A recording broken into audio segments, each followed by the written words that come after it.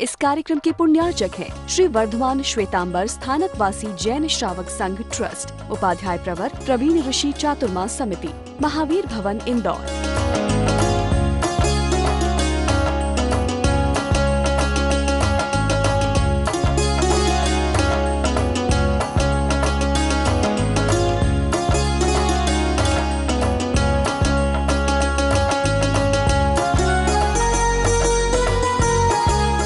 जो अपना पाप का प्रकाशन नहीं कर पाए वो विराधक होता है, वो अपराधी होता है। शासन में पाप करने वाले को पापी कहा है, लेकिन जो पाप का प्रकाशन नहीं करता है उसको अपराधी कहा है। और जो पाप का प्रकाशन कर लेता है वो आराधक हो जाता है।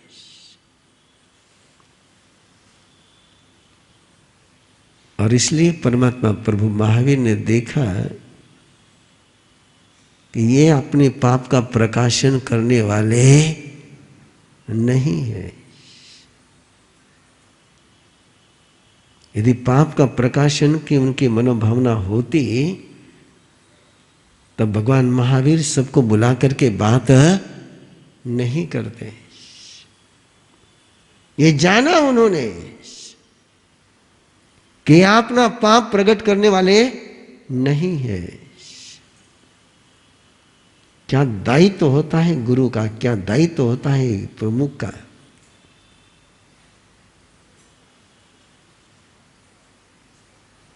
गुरु के पट्टे पर बैठना आसान लगता है, लेकिन गुरु का दायित्व न निभा पाए तो बोझ ही बनता है।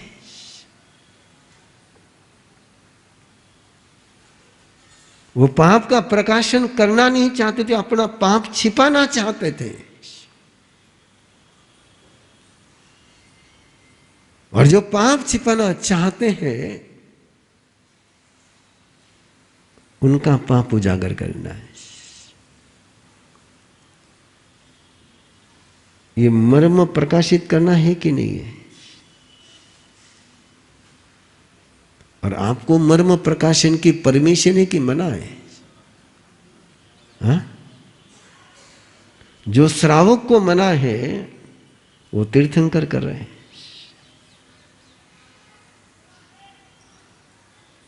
नहीं, मुझे केवल कहानी नहीं सुनानी है, मुझे केवल कथाकार नहीं बनना है। आपको सोचने के लिए मजबूर करना है। एक श्रावक के दूसरे व्रत में किसी की रहस्य भरी बात प्रकट करे तो अतिचार लगता है। और तीर्थंकर उसका रहस्य प्रकट कर रहे हैं और कईयों के रहस्य प्रकट करे, एक के नहीं, कईयों के रहस्य प्रकट करे। क्यों करे? आपको क्यों मना किया? गुनाह तो गुनाह है, कोई भी करे। आपको इसलिए मना किया कि आप जिस समय रहस्य प्रकट करते हो तो स्वयं का भी पाप बढ़ाते हो और उसका भी पाप बढ़ाते हो। अपना रहस्य प्रकट करने का तरीका ऐसा होता नहीं कि सामने वाला पापी सुधर जाए। वेरानुबंध जरूर बांध लेते हैं हम किसी का रहस्य जब प्रकट करते हैं तो वेरानुबंध करते हैं। और तीर्थंकर जिस समय किसी का रहस्य प्रकट करते हैं तो उसको पाप मुक्त करते हैं। और तुम्हारे पास ये सामर्थ्य हो, तुम्हारे पास ये कला हो कि किसी का पाप प्रकट करके तुम उसको पाप तक कर सको तो वो अतिचार नहीं, वो सदाचार है। और वो साधु साध्वी जिनको उभय काल परमात्मा ने प्रतिगमन करने का विधान दिया था, जिनको पता था कि आलोचना नहीं करेंगे, प्रतिक्रमण नहीं करेंगे, तो विराधक बन जाएंगे, ये पता था उनको। उसके बावजूद वो उस बात के लिए भोगा मीस दोष विसन्ने, यह निशेष उचित बुद्धे,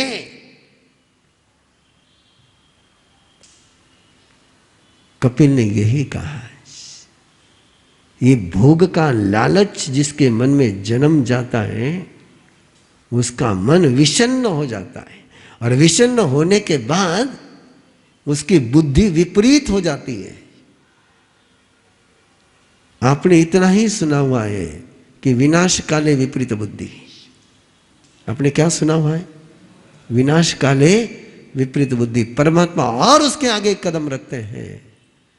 जिस जिस समय भी तुम्हारे मन में भोग का लालच जन्मता है, उस समय तुम्हारी बुद्धि विपरीत हो जाती है। यह निशेष उचित बुद्धे,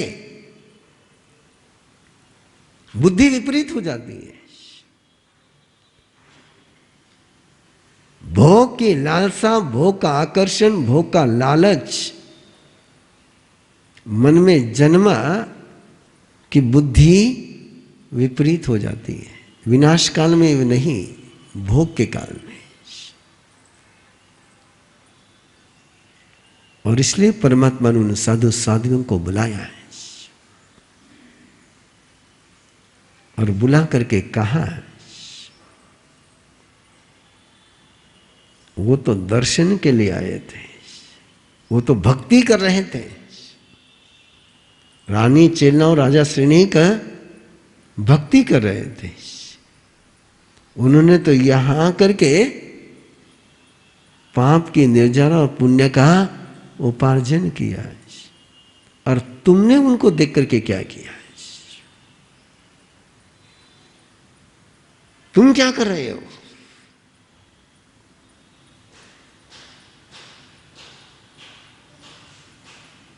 और जैसे जैसे वो प्रकाशन होता गया, परमात्मा ने कहा कि ये नियाना है। क्या है ये? नियाना है। बाकी सभी अंतराय तोड़नी तुम्हारे हाथ में है। बाकी अंतराय तोड़नी हाथ में है। नियाने से बाद जो अंतराय पड़ती है, नियाने के बाद जो अंतराय पड़ती है, यदि उसी समय प्रतिक्रमण नहीं किया तो अगले जन्म में तुम उन बेड़ियों को तोड़ नहीं सकते। नागो जहां पंख जलावसन्ने, जैसे हाथी कीचड़ में धस जाए, दट्ठुम ना भी समय, वो देखता है वहां तीर है, लेकिन जैसे जैसे कीचड़ से बाहर निकलने का प्रयास करता है, वैसे वैसे कीचड़ में धंसते ही चले जाता है। उसकी बाहर निकलने की भावना है, बाहर निकलने का प्रयास करता है, फिर भी बाहर निकल कि उन प्रयासों में और उलझते जाता है। क्यों? नियाना है। किसके कारण से? नियाने के कारण से। बाकी पापों की बाकी पापों का कर्म तोड़ना तुम्हारे हाथ में है। नियाना एक बार उदय में आ गया, बंध गया, और जिस दिन बांधा उसी दिन आलोचना नहीं करी, तो अगले जन्म में तोड़ना संभव नहीं होता है। इसलिए कहा गया, अनिदान शल्यो सर्वेशाम व्रती। वही व्रती हो सकता है, वही आराधक हो सकता है। होता है ऐसा नहीं? हो सकता है। कि जिसके पास ये नियाने की बेड़ियां नहीं है। और परमात्मा ने साधु साधियों को बुला करके बताया, तुम जो नियाना करोगे वो तुम्हें मिल जाएगा। नियाने की दूसरी बात क्या है? जो तुम नियाना करोगे वो तुम्हें मिल जाएगा, लेकिन तुम गुलाम बन जाओगे। मिल जाएगा।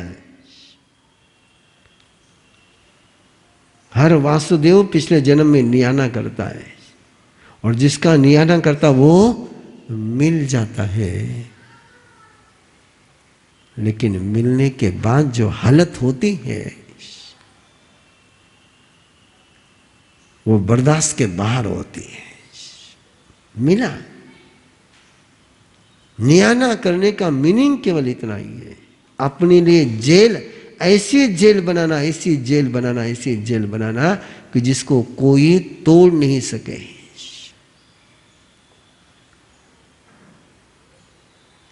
और परमात्मा ने जैसे ही सारी बात क्लियर करी, उन साधु साधियों ने आलोचना करी। यदि परमात्मा प्रकाशन नहीं करते तो आलोचना नहीं करते। क्या क्या करना पड़ता है शासन चलाने के लिए। आपको लगता है केवल बखान बाज दिया, लेक्चर दे दिया, इंद्रभूति गौतम ने जो सवाल पूछा उसका जवाब दे दिया, शासन चल गया।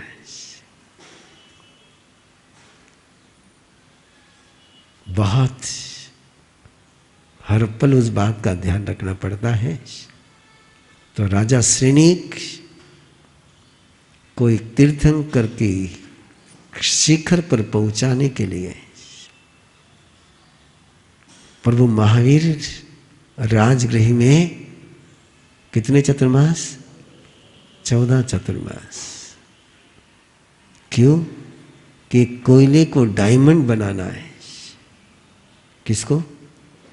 कोयले को डायमंड बनाना है। और कोयला सहज डायमंड हो नहीं सकता। कोयला जल सकता है, लेकिन डायमंड बनाने के लिए तो ताप भी लगता है और प्रेशर भी लगता है।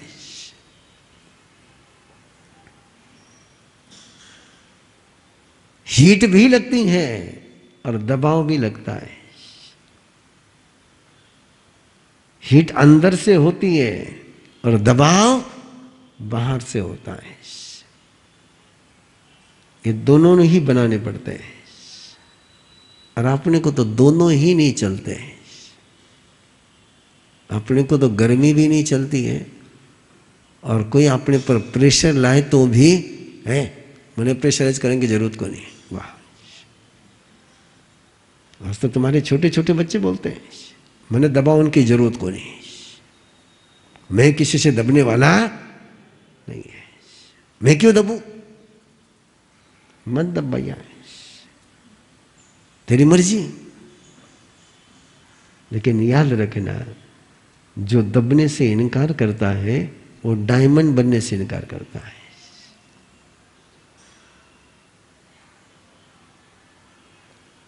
वो कोयला की कोयला ही रह जाएगा, राख ही बनेगी। हर कोयले में संभावना है डायमंड बनने की। जो साइंस जानते हैं उनको पता है, C2 डायमंड में भी क्या है? C2, और कोयले में भी क्या है? C2। अंतर केवल इतना ही है, कोयले के C2 ने जब गर्मी झेली और साथ में दाब झेला, गर्मी के साथ दाब झेला, केवल गर्मी होती तो राख हो जाता, लेकिन गर्मी के साथ दाब झेला तब वो डायमंड बनता है।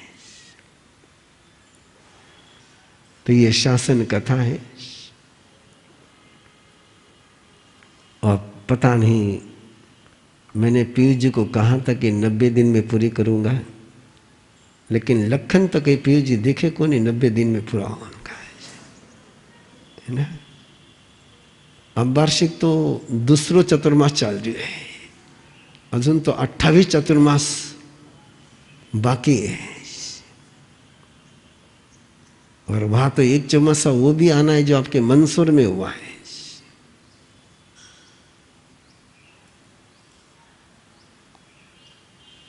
गौरव कर सकते हैं एमपी वाले, है ना, मध्य प्रदेश वाले गौरव की अनुभूति कर सकते हैं कि एकमात्र क्षेत्र है आपका मध्य प्रदेश कि जहां तीर्थंकर प्रभु महावीर पधारे, मंदसौर में दशार्ण भद्र राजा,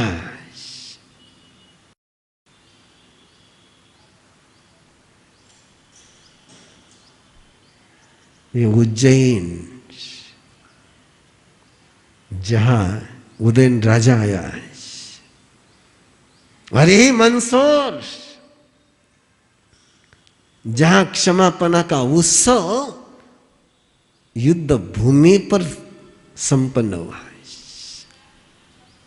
ये मंदसौर आएगी। देखता हूं क्या होता है ना। मैंने नहीं सोचा था कि इतना समय लगेगा, मेरी तो कोई प्लानिंग तो रहती नहीं इस मामले में। मेरा तो अपना सिंपल गणित था कि 30 चौमासे हैं, एक एक चौमासे के बाद 3-3 दिन कर लेंगे तो भी 90 दिन में बात पूरी हो जाएगी। लेकिन यहाँ तो आपा नगरी से विहार कराने में 1 महीना लग गया। श्री वर्धमान श्वेतांबर स्थानकवासी जैन श्रावक संघ ट्रस्ट, उपाध्याय प्रवर प्रवीण ऋषि चातुर्मास समिति, महावीर भवन इंदौर।